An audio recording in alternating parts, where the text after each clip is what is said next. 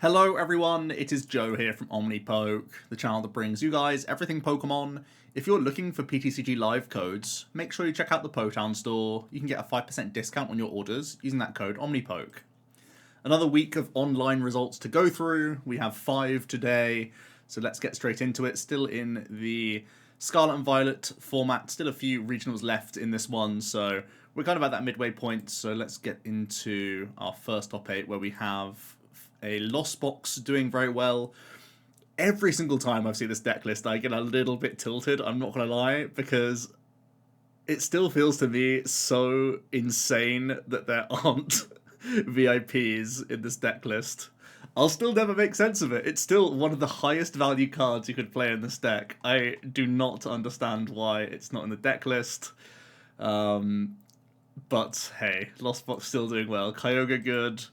Moltres good, etc. We have an Arctina Bibarel doing quite well. And this is simply the shell that we have sort of start to see get constructed with a very limited amount of Pokemon options, essentially just 2 attackers in the deck. The V-Guard energy in here, Palpad coming in to help out with Sharon's Care, and giving you extra Gust options is also pretty reasonable, so this is looking like a pretty solid way to build the deck, and we seem to have seen that success over and over again. Some Goodra doing well in top 4 here. This one is incorporating 3 different stadiums. The Sinnoh definitely helpful against some Lugia players, and Lugia seems to have been on a bit of a downtrend. I know it did well in the recent regional, getting 2nd place, so maybe that's about to change, but Goodra seems pretty well placed with so much Lost Box around right now. So, yeah, pretty cool to see the double dip on the Roxanne as well. Seems pretty reasonable, still having enough space for Melanie and the 1 gear to sort of help stitch it all together. Seems like a pretty good shell overall here.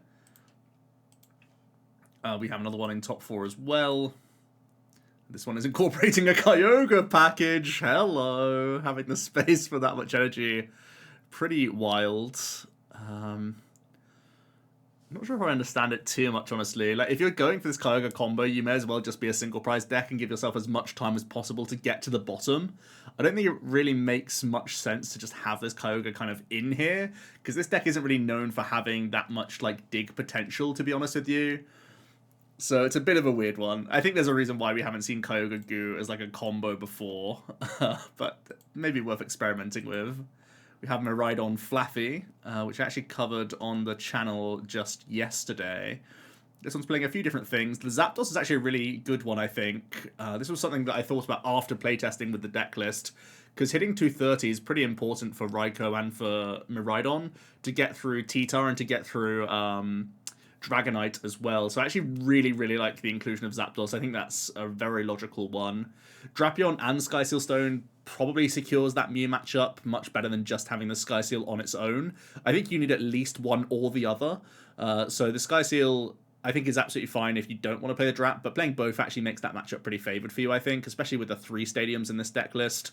This one is playing the Greninja as well for some added draw. So your bench is quite limited on what options you have, but this one isn't playing the Magnezone, right? So it doesn't really have many options into the Lost Zone matchup. So that's the only worry. This is a bit of a dodge and weave list, I want to say. It does have a high Judge Count and Roxanne, so I suppose can try and attack them in that regard by just continually trying to gain turns out of them. But I think if you don't play the Magnezone, actually just playing 1 copy of Regieleki V is actually pretty good, because just having the Lightning Wall option is solid, to be honest with you. And if you're playing this much hand disruption, sometimes they just don't hit their ropes or their next Clara or whatnot to reload certain things, so I would still probably look to try and find a balance there. We have a Guardi in top 8. This is playing Drapion, which is really weird. You should be... there should be so many better cards you can put into your deck to improve the Mew matchup. It's actually insane how bad a Drapion is in Guardi. Wow, that's like actively hurting your deck, I think. You're already choosing to play 12 energy, so you're never worried about overcommitting with Zacian. You're already playing Skyseal Stone. You're already playing Worker, Double Collapsed, and Pad. Like, what? I don't understand. It's just a wasted space. That's absolutely crazy. It's actively so bad for you to start with in every other matchup. That's horrendous. Honestly horrendous. It's only playing 3 VIP as well, so imagine cutting a Drapion, which actively hurts your deck to to cut a VIP, one of the most high value cards to see in the opening turn. Absolutely bananas, right? We have a Goodra. Goodra's allowed to play Drapion. Much more reasonable. Oh wow, a lot of Goo doing well in this tournament, huh? The double beach court and the cave. Got the recycler going on in here. That's all pretty reasonable. Yep, looking like a pretty straightforward Goo. And then we have a Mew rounding out our top 8. You'd be mad if you were a Mew player coming up against the one person playing Drapion and Guardia, right? You'd be pretty mad. This is a DTE-based build. I think the Cleansing Gloves has become more and more as like a staple in the deck list. We're seeing really high counts of Forest Seal Stone in here a lot as well. I still feel like this has diminishing returns, and I wouldn't even mind just seeing like one copy of Trekking Shoe instead of an extra Forest Seal Stone. I know it's lower impact from the offset, but it's just less dead cards. Like, drawing into dead cards can happen quite a lot with this deck. Like, I know you can always insta-play the Forest Seal Stones, etc., but the Trekking Shoes at least is an extra item card that then can be pitched with Cram, and like you actually end up having to just insta-play these all across the board, and it's not actually that good for you, so... I know it's really high value to see in the opening stage. It gives you essentially like 7 VIPs that you could hit, which is pretty nutty. But I still feel like you could use this space, utilize this slot over the third forest quite often, because seeing the extra ones does start to become punishing throughout the game. It could even be dedicated to another supporter card even. We've seen the likes of Avery, we've seen Silene in the list. Even just extra copy of Switch Out is fine. And like I said, if you're lost for a card in Mew, just play Shoe, right? I know it's lower impact individually, but still kind of less diminishing returns. So that's the first of 5. I'll save the metagame breakdown for the late night, which is the largest tournament. On to the next one, then we have an Arc Dura. This one's playing the double Drap, so kind of mix and matching the Shemansky list and the... just regular Arc Duras that we've seen out there. So it's essentially just stripped away the Vulpix, right? And in its place, we see a Karen's Conviction, we see Sharon's Care, we see double Echoing Horn as well. That's pretty intense. So double Horn plus 3 Gear, 3 Boss, and Serena. So really hoping to just pulverize through things, right? We know Dura is very good at just hitting that 220 benchmark over and over again, so... yeah, pretty reasonable. I don't know if double horn is right. I get the theory of just trying to shorten the game into the smallest amount of attacks possible, but I don't know if you really have the draw to try and make this happen. Like, you're playing 2 copies just to try and see it once in the game, which I understand, but it's still a little bit sus, to be honest. Not a bad idea, though. We're seeing Dura do well just as, like, it's a powerful card that also has upside into, like, Lugia a little bit, so yeah. We have a Turbo Lost Zone box with a triple Vaki, triple Forest. Looking pretty good all round. I always feel like Turbo gets away with the 1 Cram, otherwise I'm not a big fan of it. Yeah, looks pretty okay here. Looking like a consistent 60. We have our first Lugia in top 8. This is playing the Dura and the Ston. I think most people have moved on to playing the Urshi now, and I think it's just because of the spaces that you're seeing here. The triple impact is to support the Duraludon, but you really don't need that going forward, so I think that's a knee-jerk most people have made. Seeing some towers in here rather than Mezigozas, I think flipping those coins is still just fine. And also only playing 3 Aroma. I know Aroma's like an objectively bad card, but it's so important in the deck that you probably need to max out copies of that just to get into the game as much as possible. We have more Arctinas doing well. I feel like we're seeing the same shell over and over again now, which is pretty nice to have an established deck list for this. Because it wants to just rinse and repeat, right? It doesn't want to be too flashy. It just needs to do its thing as effectively as possible, which is get a turn to attack off and Path Judge at the same time, right? That's all the deck is trying to do, and that's where its win rate is derived from, essentially. We have another sort of turbo-y Lost Box. Seems like these are really becoming the standout build of Lost Zone Box. And I think it's mostly due to being the one that's possibly favored in Mirror. If you could say anything is slight edge in Mirror, it's the one that gets to 10 fastest, right? And this can get to 10 fastest, but also on turn 1 going second, you can get to 7 straight away, which can also just be a big power spike with like Greninja players if they haven't developed Manaphy. And because there are Lost Zone players who are choosing to not play VIP Pass for some insane reason, you just immediately punish them. So Play your VIPs, people. It's insane. Why am I having to tell people to play VIP Pass in 2023? We have a control list in here. We haven't seen much control as of late, but this is like a block lax list. You have the Manaphy that can pull Pokemon from your opponent's hand into play, and then they can be the things that you can try and trap with your block Snorlax. That's kind of the main concept that we have going on here. We have some draw power from Rotom. We have Duraludon, which you can get immediately into play from Radiant Eternatus, which is pretty interesting. But yeah, mostly it's catchers, bosses, cross switchers to try and make this Snorlax stick. And you're using the likes of Misfortune Sisters to remove switch outs and other things the opponent could have access to. Give the deck a bit of proactive mill in there to really help you out. You have plenty of ways to pick up your Snorlax, of course, with the pennies, the Palpads. So that's the main core concept here. Pretty cool to see the Manaphy see some play. Pretty cheeky. Let's move on to the late night then. So let's first look at the metagame for this one, because I think it's always good to keep your finger on the pulse in terms of what's popular right now. And this was, what date was this? This was on the 9th of May, so this was after the regional championships. That was, Tuesday night. We have Lost Box as the most popular deck, followed by Gardevoir. So they're actually level, both really high play. I'm really surprised that Gardevoir still being that high in play rate, because it did quite badly at the regional and seems to get farmed by Lost Box. So seeing so much popularity for Gardevoir is still surprising to me. I thought it would get pegged down a little bit. I'm still seeing, look how low Lugia is still in popularity after getting second at a regionals by one of the top players right now with a really clean list that actually made the list cleaner than it was at the EUIC, right? By gaining spaces by turning Dura into Urshi. I'm amazed at how low the meta share is for Lugia Archeops. That's absolutely stunning. Arctina, unsurprisingly, picking up in popularity. And had a really effective win rate as well, almost 55%. It's like really such an easy deck to pilot. It doesn't surprise me that like the masses can do well with the deck, but it's also just a sign of the power of this strategy in general. Some of the only other decks that could reach that higher win rate is Lost Box Charizard, which is kind of cool to see. Goodra also still in and around. The Guardy Mewtwo list had an embarrassingly low win rate across the board. That's absolutely shocking. And Mew also really not popular right now. Not really sure why, but it seems like people have just sort of had their fill with Lugia and Mew possibly. But yeah, really insane how little play those decks are getting for how good they are. But as it was a Lost Box coming out on top. This is the turbo build that we've already seen. I believe it's the same player as well, so pretty good going. Have good mastery of that deck. We have a Charizard build in second. Interestingly, it's playing Defiance bans and Mawile. That's something we haven't seen too much. So the Mawile typically comes alongside Pidgeot, but this time it's just playing Mawile on its own.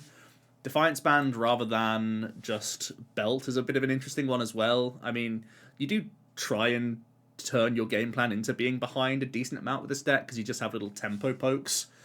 But I'm not sure what sort of EXs and whatnot you're specifically trying to hit that a Belt doesn't just do for you already, to be honest with you.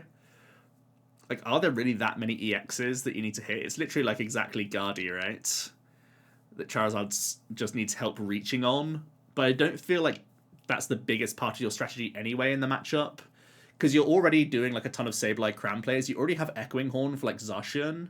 I feel like Defiance Band really aren't that important in the list, when it could just be Belts. Because I think you mostly need the damage mod against like Lugia and such. So, bit of a strange one. Otherwise, the list looks really solid. I'm still a big fan of cross switchers. This was playing Boss and Switcher. I think that's because you play them more while you want the combination of both.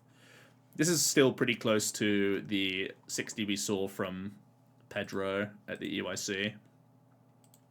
We have some Guardies in top 4, so they did actually do quite well. This was playing the Mimikyu EX, trying to be that answer to Vulpix, but I think there are better ways you could go about this. But it's in the place of a Zacian, so it doesn't really take a space, I suppose. What else? We got the double Arcana. So many people trying to make this cut. It's still only playing the one Gust, which is very scary. But gets away with it here.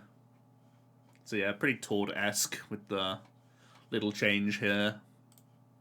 And for some reason, I suppose you don't need to play Memory Skip if you play the Mimikyu. I guess that makes sense. Then we have another build going on. This one is making the Serena Cut, which I feel like is pretty common sense. This is also playing the Raihan. Raihan pretty spicy, with helping you get a turn 2 rare candy for one thing, but also it helps you push Brainwave into 300 damage with a turn attachment plus Raihan, and then you Guardi EX 6 energy on, so that's pretty spicy. I have experimented with Raihan previously. It's a pretty cool idea. Can do some stuff. Just having tutor in this deck is kind of nice, right? Especially when you play a low count of candies. Sometimes tutoring out Power Pad can be huge. Even just tutoring out the Pokemon itself can be important at times, so you don't have to spend resources with Ultra Balls. Because you're already refining away the bad stuff, right? You're already refining Psychics and VIPs like throughout the game. Pretty cool idea. We have a Miraidon also making top 8s. This is an Aleki-based build. It's playing the Cleansing Glove Zapdos package as well, so you can push your Luxray into Fang Sniping for 70, which is a pretty cool concept, right?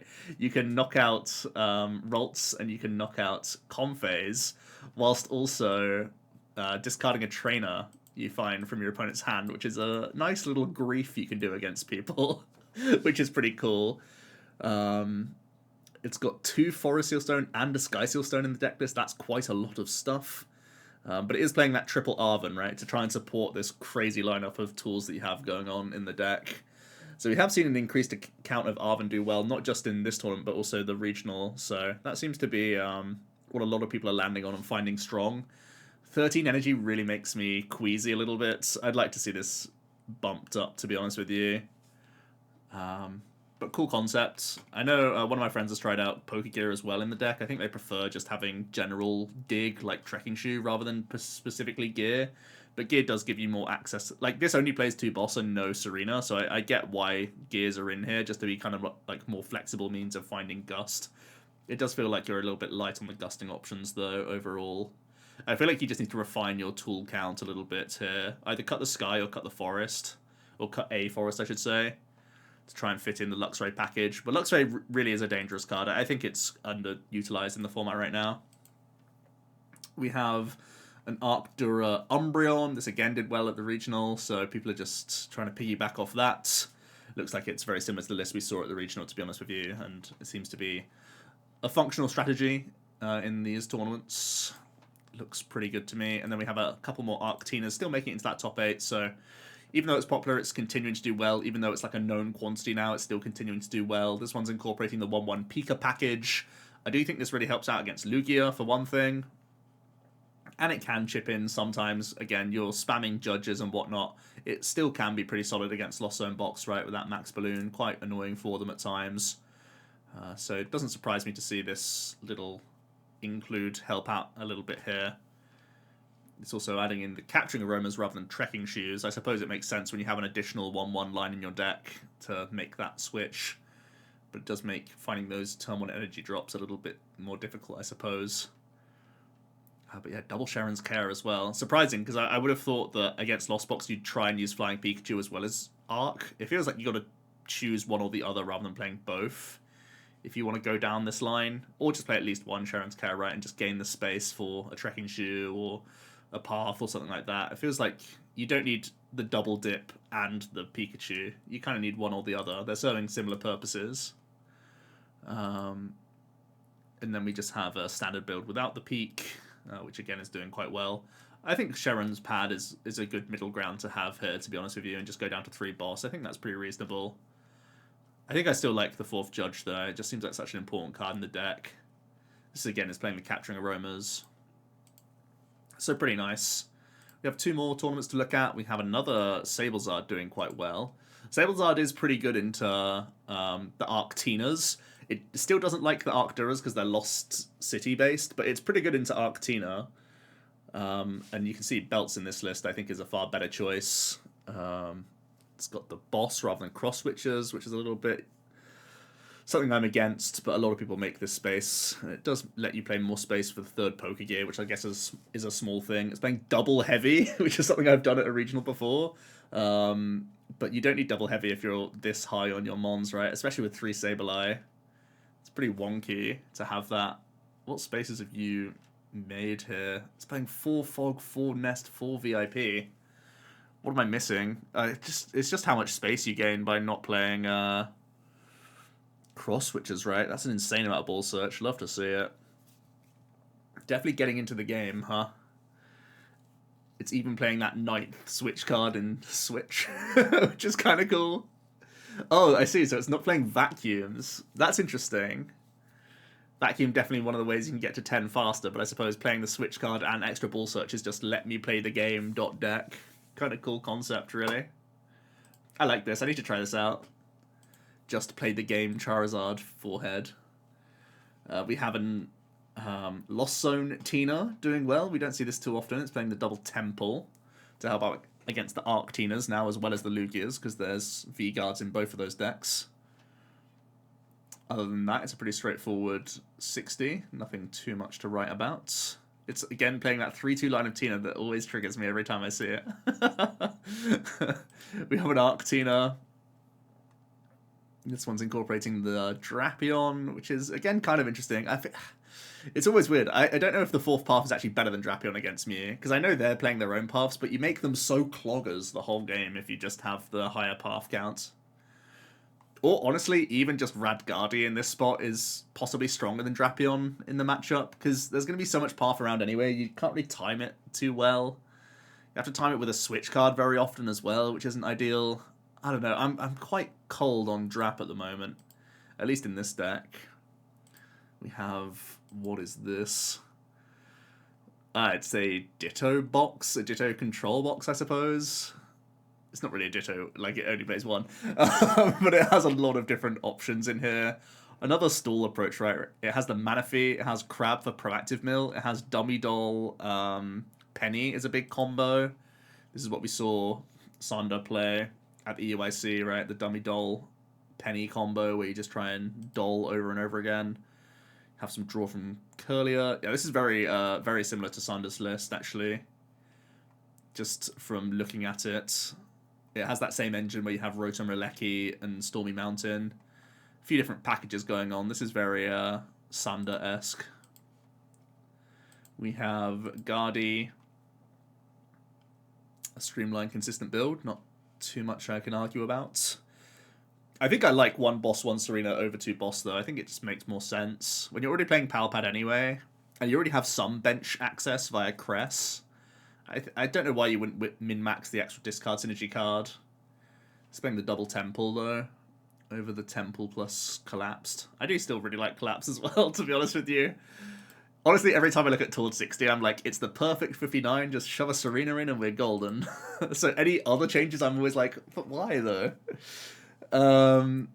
We have an Arctina that's for some reason playing a Forest Hill Stone. Please, no. Why would you do this? I can't believe you've done this. Why? That's bizarre. That is truly bizarre. You're telling yourself you want to do this in case you're under path, but no, because you could just play another stadium card and then get 2 cards that you want. That is truly crazy. I don't think there's ever a situation that your hand is so bad that you only have like 1 V in play and you're like, oh yes, I can Forest Hill Stone, get 1 thing that then fixes my hand to not need Starbirth next turn. It just doesn't exist in this deck. That is bizarre. We're seeing some real stuff today. Seriously, some cards are being put into decks and I just sigh. Here we go. We see some Trekking Shoes making it into a Mew. I think it's reasonable. The Oricorio coming back in. I actually think Oricorio is really good again in Mew because of Arctina. Because otherwise you have to retreat into Genesect all the time, and you know that they're a path-heavy deck, and judge-heavy, right? So if you retreat into a Genesect and they path-judge you, you're like, oh, damn, I can't believe I retreated into Genesect and now have a dead hand, and they can 2-hit the Genesect. So having Oricorio means you can leave the Mew in the active to tank a hit, right? Because it becomes a 200 hit point mon. So you don't give up the 2 prizer, but then you still have a free retreat pivot in case your hand gets complete destructive and you can just kind of move around. And it can even open up elite play for you the following turn. So I actually think Oricorio is once again really good in the deck. It's only really a liability against Lost Zone, but that's fine. It's playing the Lost City as well. I think it's a well-constructed list. restoring my faith in some of these tournaments. Hello, Magnezoniax, making it into the top 8. I think we've seen a list like this previously before, right? Where we have the mini Irida package for the rare candy combo, but also getting you some extra draw, which is kind of a sweet deal. You got the Miraidon to get the magnets out. You got the big zone. It's not the best beat stick, but it does kind of just enough. And you have Cheryl's to sort of buy turns. You have Jenny's to try and speed up your pulse launcher and just let you try and chain that attack. You obviously can attack with Miraidon as well for early tempo pressure. With only 11 lightning, it's a bit of a high roll to get an early blaster, but it can happen. Kind of cool deck. I still feel like it's kind of on the low end of the power scale, but kind of nice. It's definitely close, and it can get into the game, which is cool. And then for the final tournament, we have a Fusion Mew. Hello. We very rarely see this, and it's actually a Japanese player using it, so showing us the way in that Meloetta is still kind of strong. It's got a 2-2-2 supporter line. Pretty cool. 4 different stadiums going on in the deck. That's pretty spicy. No Silene either, so just saying I can use them all in the right situations. It's got the cleansers, got the forests. It looks like there's a lot going on here, but everything seems to make a ton of sense. Interesting to see 3 VIP pass again. I'm once again scratching my head at that. Like, choosing to play a Hisuian over a VIP just feels so rough. Don't really get my head around that one. That's the only thing that I'm like, yeah, that's actively bad in the list. Everything else looks pretty good. 3 VIPs. When will people grow up? you know what I mean? I'm feeling pretty unhinged today. I don't know about you. Have I been too harsh today? Who knows? More Arctinas. We're starting to see a rinse repeat. This is actually Cash, so once again, just sticking with what he knows and doing well with it. Pretty solid. We have the Flaffy list, Flaffy Miraidon that did well. This is the actual top 860, right? I can tell from the 3-2 Flaff. I've made my own changes to the list, but it's sticking with the same supporter line that was played at the regional. I've made my own personal preference tweaks after playing it for like 2 days. But yeah. Turbo, once again, doing well. This really is establishing itself over the other builds, right? It's kind of stamping the other builds out a little bit. I think Charizard's still viable. I think Turbo's viable. And I suppose Kyogre's also still fine, but yeah, it's weird. We have a Lugia finally doing well. This really is underplayed. I don't know why Lugia is so underplayed right now. It's like well positioned and good, and everyone already has all the stuff for Lugia. I don't understand why it's seeing so little play. It's like a really good deck. Pretty bonkers, but yeah, the Urshi is pretty bust. This is, again, very similar to the regional list from Reagan. More Arctina. Not too much to write home about for these, and that's how we're going to end things today. Nothing too spicy coming out of all of these. They've all been kind of basic builds apart from one that was playing Peak, but pretty much all of them are just sticking with the regular, I just want the consistency mons or my attackers, and then just keep the rest in items. This one's making a space for the quad shoe. So yeah, that's how things are shaping up. I'd be amazed if we continue to see... okay, so here we go. Even the very next tournament, there's more Lugia again. I think Lugia could be as high as the second most played deck at the next set of regionals. I think it makes sense for it to be that good. I think it's quite good into Arctina as well. Like, as long as you survive the early path, I think you're fine. I'm pretty sure that's all it boils down to. But yeah... Let me know your thoughts down below on how the metagame is adapting and evolving. I feel like the top 5 decks are still going to be the Lost Box, the Lugia, Mew, Arctina. And Guardy. Yeah, Guardy's still in the top 5 for sure. Yeah, those are still the top 5 decks. It's just sort of jostling for position at this stage. And I feel like on any given day, one of those could win the tournament, and you just kind of shrug and go, yeah, I guess that makes sense. My big takeaways are stop cutting VIP pass, they're busted. Thanks so much for watching, and I'll see you tomorrow. Cheers.